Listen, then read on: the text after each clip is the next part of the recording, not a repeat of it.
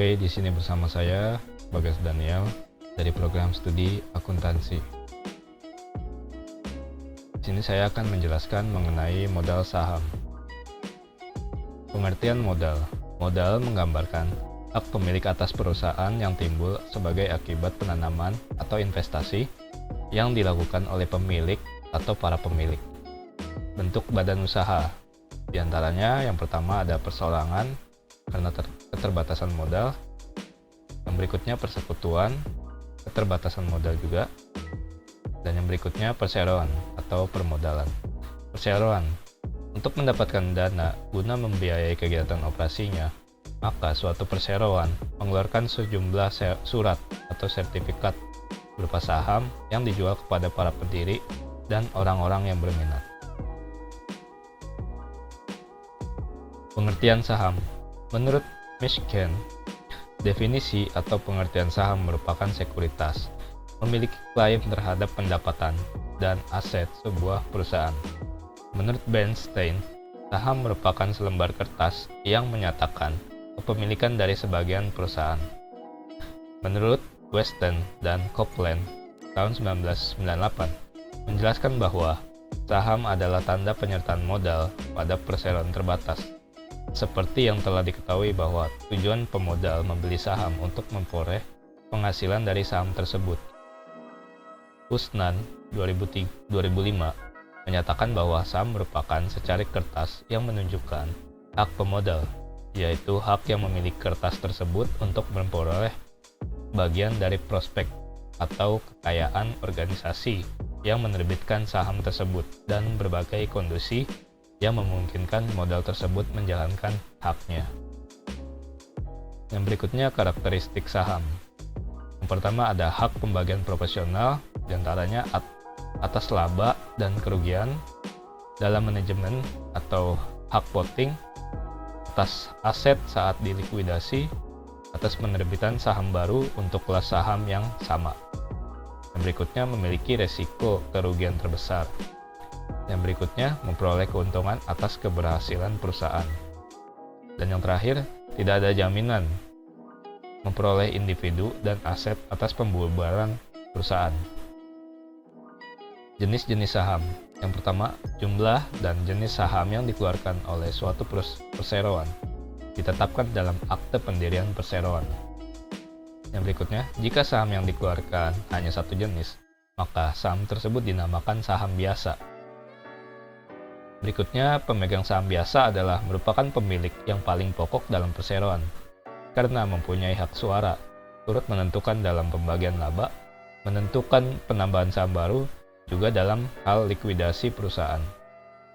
Yang berikutnya, kadang-kadang perseroan mengeluarkan lebih dari satu macam saham biasa, maka saham-saham tersebut diberi nama saham biasa A dan saham biasa B, mempunyai hak suara dan hak dividen yang berbeda. Berikutnya, selain mengeluarkan saham biasa, perseroan juga mungkin mengeluarkan saham preferen, mempunyai hak istimewa dalam pembagian dividen atau pembagian dividen terlebih dahulu. Yang berikutnya, saham preferen kumulatif adalah apabila pada suatu tahun tertentu dividen preferen tidak dibayar, maka pada tahun berikutnya sebelum menentukan dividen saham biasa, terlebih dahulu diperhitungkan dividen untuk pemegang saham preferen, termasuk dividen preferen tahun lalu. Nilai pari saham. Nilai pari bisa disebut sebagai nilai nyata atau nilai nominal yang ditunjukkan pada sisi pokok dari surat berharga pertukaran, mata uang, sekuritas, saham atau obligasi, atau jenis instrumen keuangan lainnya. Bila saham tidak diberi nilai pari, maka saham tersebut disebut saham tanpa nilai pari. Saham tanpa nilai pari inilah mengharuskan bahwa semua bayaran yang diterima dari saham tersebut diakui sebagai modal resmi, sekalipun saham itu dijual dengan harga berbeda-beda. Yang pertama, nilai pari saham tidak ada hubungannya dengan nilai wajar. Yang berikutnya, penerbitan saham dengan nilai pari saham yang rendah membantu perusahaan menghindari kewajiban kontingensi ketika saham dijual di bawah pari. Dan preferen atau biasa merefleksikan nilai pari atas saham yang diterbitkan. Agio saham merupakan nilai lebih atas nilai pari yang dibayarkan oleh pemegang saham. Saham tanpa nilai pari. Alasan penerbitannya diantaranya menghindari kewajiban kontingensi, menghindari kebingungan di dalam pencatatan nilai pari versus nilai pasar atau fair value market. Saham tanpa nilai pari harus dicatat sebesar nilai saat diterbitkan tanpa agio saham. Jika regulasi mengharuskan adanya nilai yang ditetapkan pada saham tanpa nilai pari, maka selisih yang ditetapkan dengan harga saat diterbitkan dicatat sebagai agio saham. Pencatatan modal saham. Saham yang dijual secara tunai akan dicatat dengan mendebit akun rekening kas dan mengkredit rekening akun modal saham. Selisih harga jual saham perdana dengan nilai nominalnya akan dicatat dengan mengkredit rekening agio saham atau mendebit rekening disagio saham. Yang pertama, tanpa agio saham. PT Jaya Makmur memiliki 1000 lembar saham biasa yang diotorisasi tanpa nilai pari. Jika PT Jaya Makmur menerbitkan 200 saham dengan harga 500.000 per lembar saham, maka dicatat kas pada bid sebesar 100 juta rupiah, saham biasa pada kredit sebesar 100 juta rupiah. Dengan agio saham, saham PT Jaya Makmur yang diterbitkan memiliki nilai yang ditetapkan sebesar Rp200.000. Maka pencatatannya adalah sebagai berikut. Kas pada debit sebesar 100 juta, saham biasa sebesar 40 juta pada kredit, agio saham biasa pada kredit sebesar 60 juta rupiah. Saham yang diperoleh kembali atau saham treasury. Apabila suatu perseroan membeli kembali saham-sahamnya yang telah beredar tetapi tidak bermaksud menghentikan sahamnya tersebut disimpan oleh perusahaan, maka saham ini disebut saham diperoleh kembali. Berikutnya, apabila saham dibeli oleh perusahaan, maka akan terjadi pengurangan modal pemilik.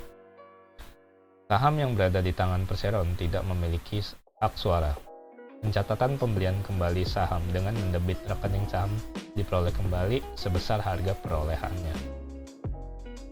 Contoh, suatu perseroan memiliki 2000 lembar saham biasa yang beredar dengan nilai pari 100.000 per lembar.